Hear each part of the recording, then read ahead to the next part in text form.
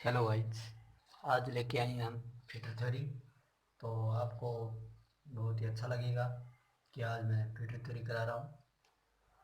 और साथ साथ मैं ये भी कहना चाहूँगा कि भाई, अगर आपको वीडियो पसंद आए तो लाइक ज़रूर करना, शेयर करना, सब्सक्राइब को चैनल चैनल को सब्सक्राइब करना ना भूलें। ठीक है। तो आज हम फिटर थ्योरी का फर्स्ट चैप्टर करेंगे, जिसका नाम है इंट्रोडक्शन ऑफ ट्रेड, ट्रेड का परिचय। ठीक है। चैप्टर का नाम रहेगा आज ट्रेड का परिचय। आपको पता होना चाहिए फिटर ट्रेड है।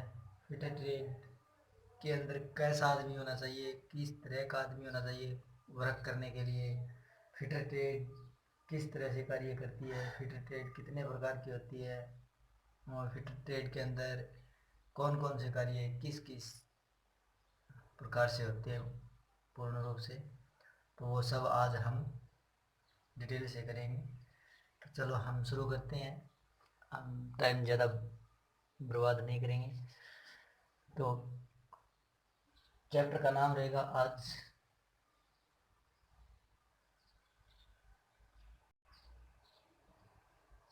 Intro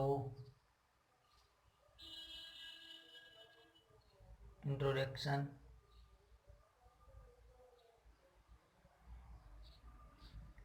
introduction of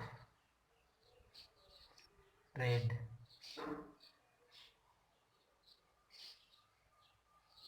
TRADE, trade. ठीक है। तो मैं शुरू करता हूँ। तो पहले तो ये देखो कि फिटर ट्रेड की full form, fitter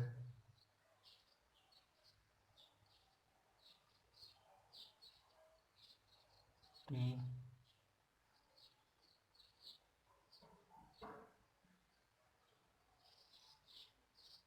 full form, fitter का पूरा नाम। आपको पता होना चाहिए फिटर ट्रेड किस किस तरीके से, कैसा कैसा आदमी होना चाहिए, कैसा वर्कर होना चाहिए कि वो फिटर ट्रेड के लायक हो। ठीक है। तो फिटर ट्रेड में पहले क्या होता है, सबसे पहले पहले आता है एफ। एफ से क्या बनता है? एफ से बनता है फिटनेस। FITNESS, fitness. फिटनेस यानी अनुरूपता। फिटनेस का क्या? अनुरूपता। अगर मनुष्य का पूरा शरीर फिटनेस में नहीं है या अनुरूपता में नहीं है तो वो क्या है, फिट ट्रेड के लायक नहीं है। पूरी बॉडी फिट होनी चाहिए और वर्क करने होना चाहिए। दूसरा है आई। आई का क्या होता है? आई का होता है इंटेलिजेंट।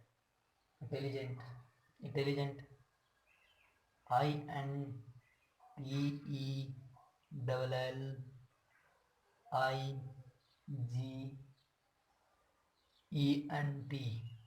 इंटेलिजेंट इंटेलिजेंट का होता है बुद्धिमान या बुद्धिमानता।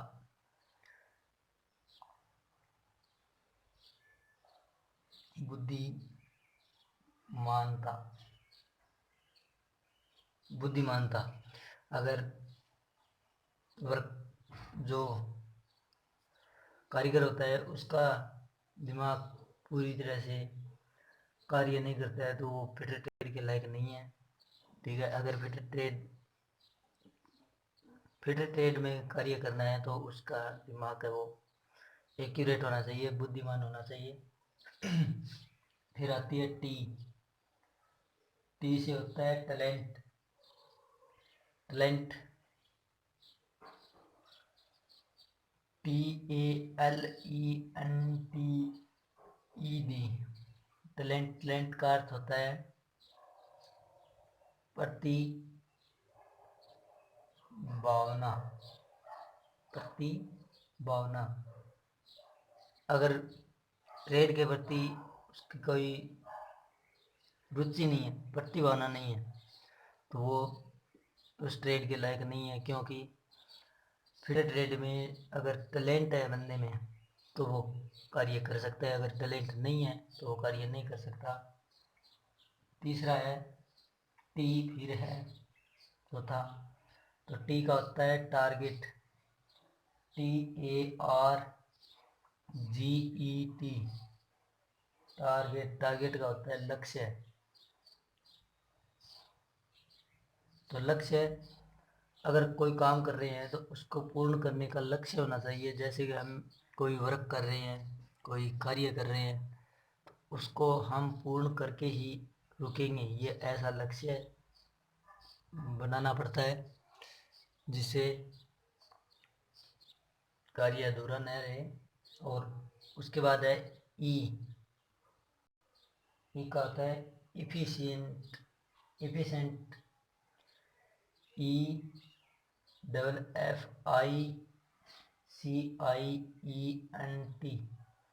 इफिशिएंट। इफिशिएंट का होता है कुशलता या कुशल।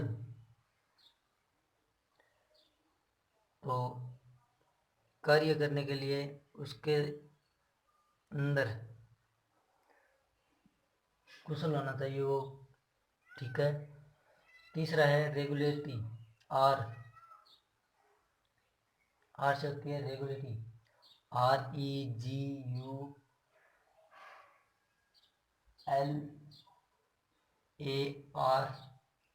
REGULARITY, regulatory. रेगुलेटरी को होता है नियमितता, नियमितता, नियमितता। तो उसके अंदर अगर कार्य, वो एक दिन कार्य करता है तो उसको डेली कार्य करना चाहिए, नियमितता रेगुलेटिव कहते हैं। तो ये 5-6 वर्ड हैं, 6 वर्डों से मिलकर ये फिट ट्रेड बना है। तो पहले तो व्यक्ति फिट होना चाहिए, दूसरा बुद्धिमान या इंटेलिजेंट होना चाहिए, तीसरा टैलेंट भी होना चाहिए बंदे के अंदर, चौथा टारगेट होना चाहिए, और पांचवा एफिशिएंट होना चाहिए, कुशल होना चाहिए, कार्य करने के लायक होना चाहिए, और छठा रेगुलेटरी होनी चाहिए, नियमितता होनी चाहिए, ठीक है। तो अब देखो आगे, ये तो हो गया इसका फुल फॉर्म। अब आता है व्यवसाय क्षेत्र, आता है व्यवसाय क्षेत्र, टेक्निकल फील्ड। तो उसके अंदर क्या है, कौन सा कार्य किस तरह से होता है, कहाँ पर होता है।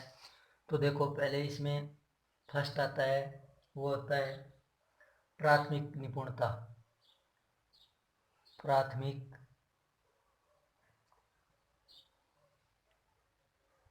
निपुणता, प्राथमिक निपुणता। तो बंदा, प्राथमिक निपुणता होती है इसके अंदर, फिट ट्रेड के अंदर है, यानी इसको क्या कहते हैं इंग्लिश में, प्राइमरी स्किल, प्राइमरी स्किल।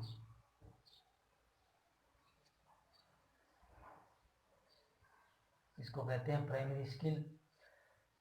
तो प्राइमरी स्किल के अंदर क्या आता है कि बंदा जो मशीन पर कार्य न कर कर हाथ का पूरा काम होता है, वो होता है। जैसे बेंच पर जितना भी कार्य बेंच पर किया जाता है,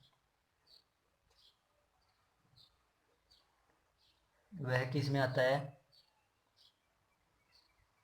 प्राथमिक निपुणता में आता है। आपके दिमाग में आता होगा कि भाई प्राथमिक निपुणता में कैसे आता है, कौन कौन सा कार्य आता है। तो जैसे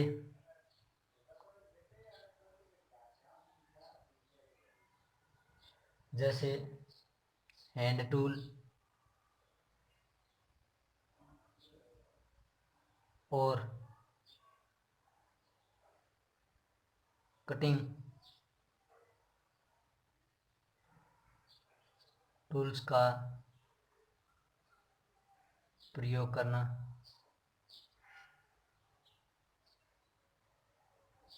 ठीक है, इसके अंदर हैंड टूल और कटिंग टूल का प्रयोग करना आना चाहिए। उसके बाद नंबर 2 मार्किंग, नंबर 3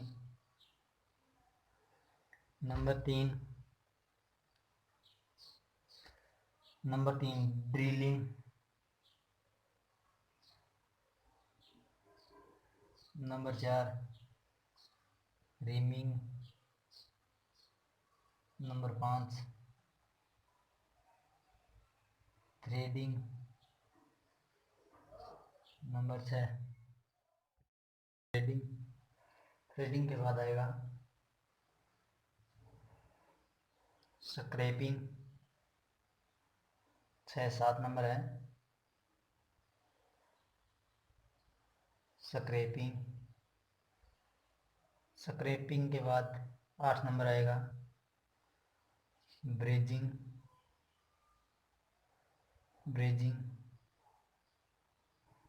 ब्रेजिंग के बाद टेपिंग, 9 नंबर टेपिंग।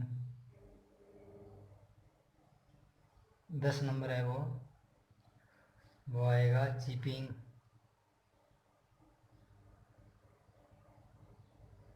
11 नंबर आएगा वो फाइलिंग। 12 नंबर आएगा वो रिवीटिंग।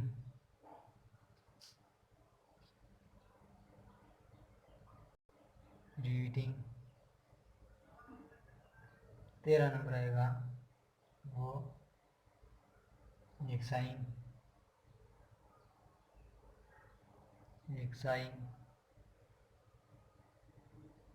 14 नंबर आएगा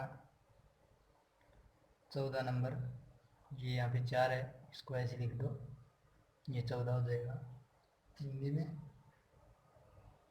तो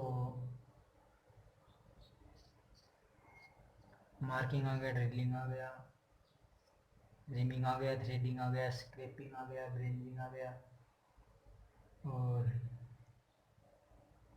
टेपिंग आ गया, चिपिंग आ गया, फाइलिंग आ गया, रिवीटिंग आ गया, सोल्डरिंग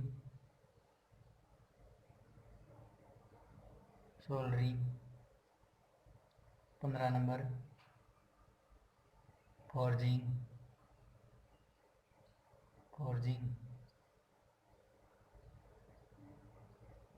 के बाद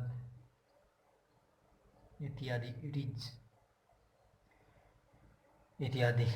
तो प्राइमरी स्किल के अंदर यानी प्राथमिक निपुणता के अंदर बेंच पर किए जाने वाला जो जितना भी कार्य होता है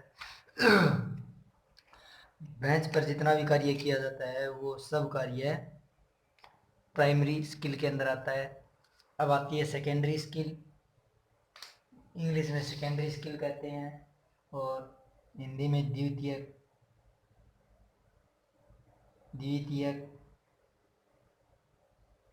द्वितीय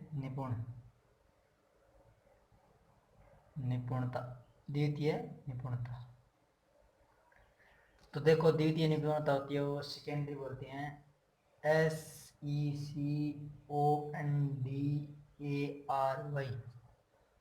स्किल। सॉरी, स्किल की स्पेलिंग ये होती है SKILL स्किल। तो इसके अंदर आता है जितना भी कार्य होता है, जो शीट मेटल का कार्य है इसके अंदर आता है, स्किल के अंदर आता है शीट मेटल का कार्य द्वितीय सेकेंडरी के अंदर शीट मेटल। दूसरा है लोहारगिरी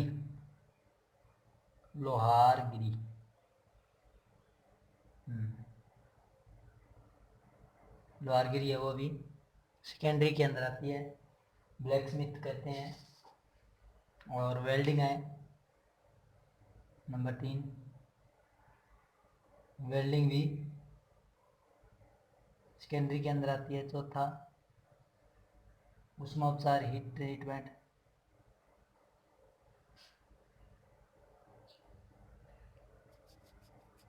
हीट ट्रीटमेंट भी इसी के अंदर आता है। इसका होता है heat treatment, TREATMENT,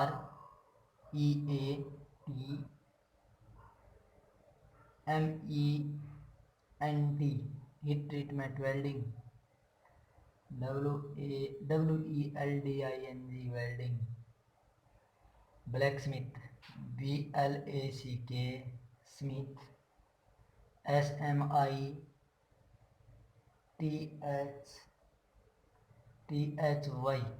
black Smith.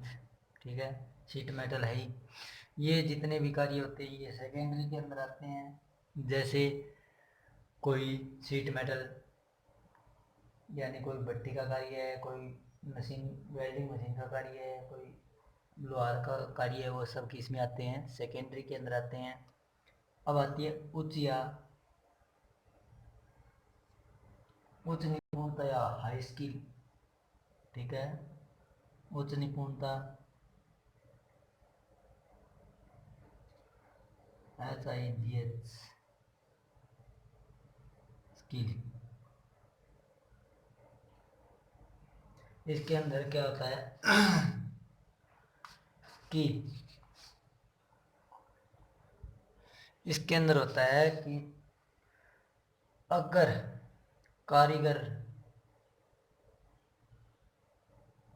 कारीगर को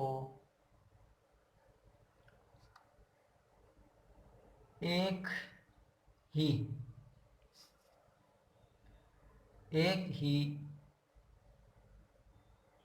यानी विभाग में, डिपार्टमेंट या विभाग कार्य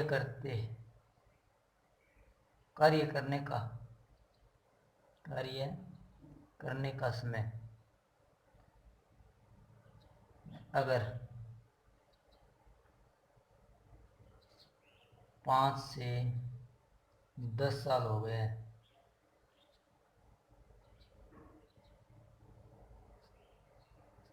तो वह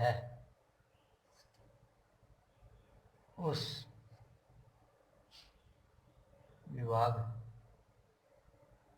में उच्च निपुणता प्राप्त कर लेता है।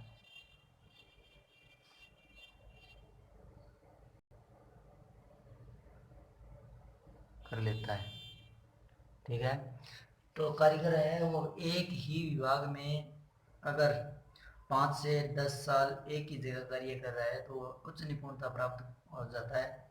उसको हाई स्किल का क्या होता है, सर्टिफिकेट प्राप्त हो जाता है।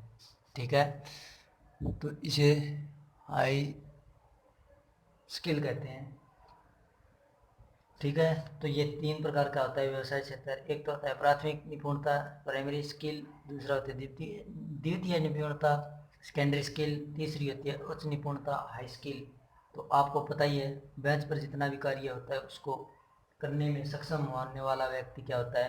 प्राथमिक। उसके बाद जो भट्टी के अंदर, जो फर्नेस के अंदर जितना भी कार्य होता है उसमें निपुणता प्राप्त कर लेता है, वो सेकेंडरी के अंदर आता है। और जो कोई भी डिपार्टमेंट में एक ही जगह पर 5 से 10 साल कार्य कर रहा है तो वो किस में आता है? हाई निपुण में आता है, हाई स्किल में आता है।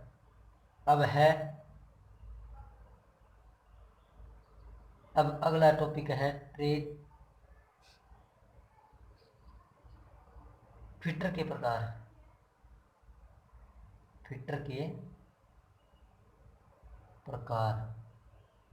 तो फिटर कितने प्रकार की होती है वो देखना है। फिटर बहुत प्रकार की होती है भाई। फिटर 6 प्रकार की होती है। पहला बेंच फिटर, दूसरा पाइप फिटर। तीसरा डाई फिटर। ठीक है। बेंच फिटर होता है वो 75% कार्य बेंच पर और 25% कार्य मशीन पर करता है। ठीक है। 75% कार्य बेंच पर करता है और 25% कार्य मशीनों द्वारा करता है, तो वह बेंच फिटर कहलाता है। यह टोटल उपकरण हाथ से प्रयोग किए जाने वाले औजार प्रयोग करता है। पाइप फिटर, इसे प्लम्बर भी कहते हैं, प्लम्बर भी कहते हैं। प्लम्बर इसलिए कहते हैं, यह पाइप किसी भी तरह का पाइप हो, गैस पाइप, वाटर पाइप और बिजली पाइप आदि का कार्य इसका होता है, फिटर पाइप का। तो डाई, डाई द्वारा जितना भी कार्य किया जाता है उसको डाई फिटर कहते हैं। डाई द्वारा कार्य करने वाले को डाई फिटर कहते हैं। ठीक है। डाइयों द्वारा कम समय में अधिक उत्पादन करने वाला डाई फिटर कहलाता है। ठीक है। आगे आता है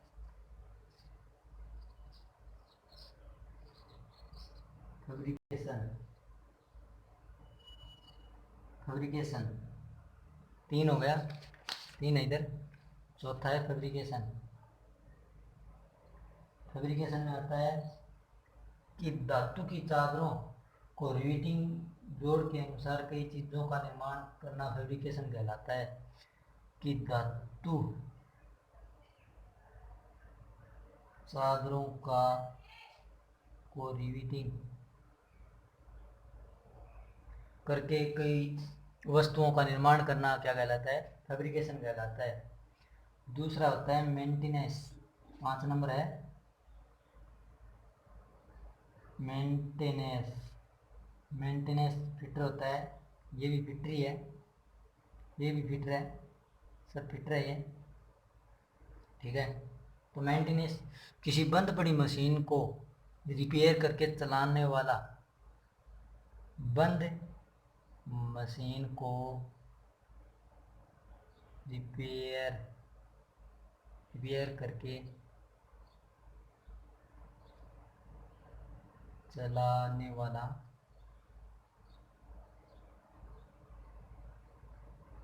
क्या कहलाता है, मेंटेनेंस फिटर कहलाता है।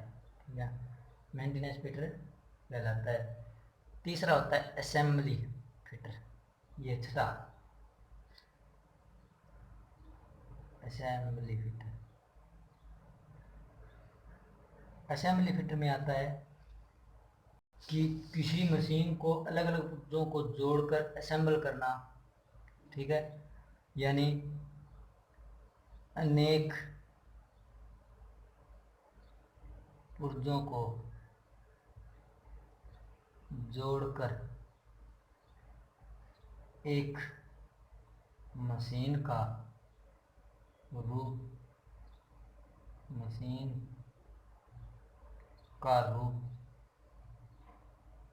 देने वाले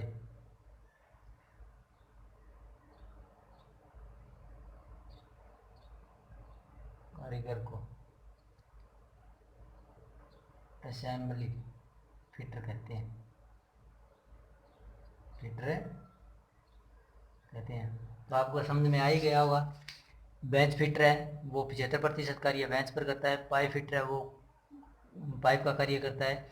डाई फिटर है वो डाइयों द्वारा अधिक से अधिक उत्पादन करने का कार्य करता है। फैब्रिकेशन है वो धातु के चादरों को रिवेटिंग करके कोई वस्तु का निर्माण करना फैब्रिकेशन कहलाता है। मेंटेनेंस है बंद पड़ी मशीनों को रिपेयर करके चलाने वाला मेंटेनेंस फिटर कहलाता है। असेंबल अनेक पुर्जों को जोड़कर एक मशीन का रूप देने वाला क्या कहलाता है, असेंबल फिटर कहलाता है। तो आपको अब इतना तो पता ही हो गया होगा। फिटर होता है वो 6 प्रकार का होता है, bench fitter, pipe fitter, die fitter और असेंबल फिटर, मेंटेनेंस फिटर और फैब्रिकेशन फिटर। और इनके बारे में पता ही हो गया होगा। तो मुझे पता है आपको वीडियो पसंद आया होगा और वीडियो को लाइक करें, कमेंट करें और शेयर ज़रूर करें, ताकि इसमें यह जो ITI की जितनी भी थ्योरी है उसका पेपर है, वो 75%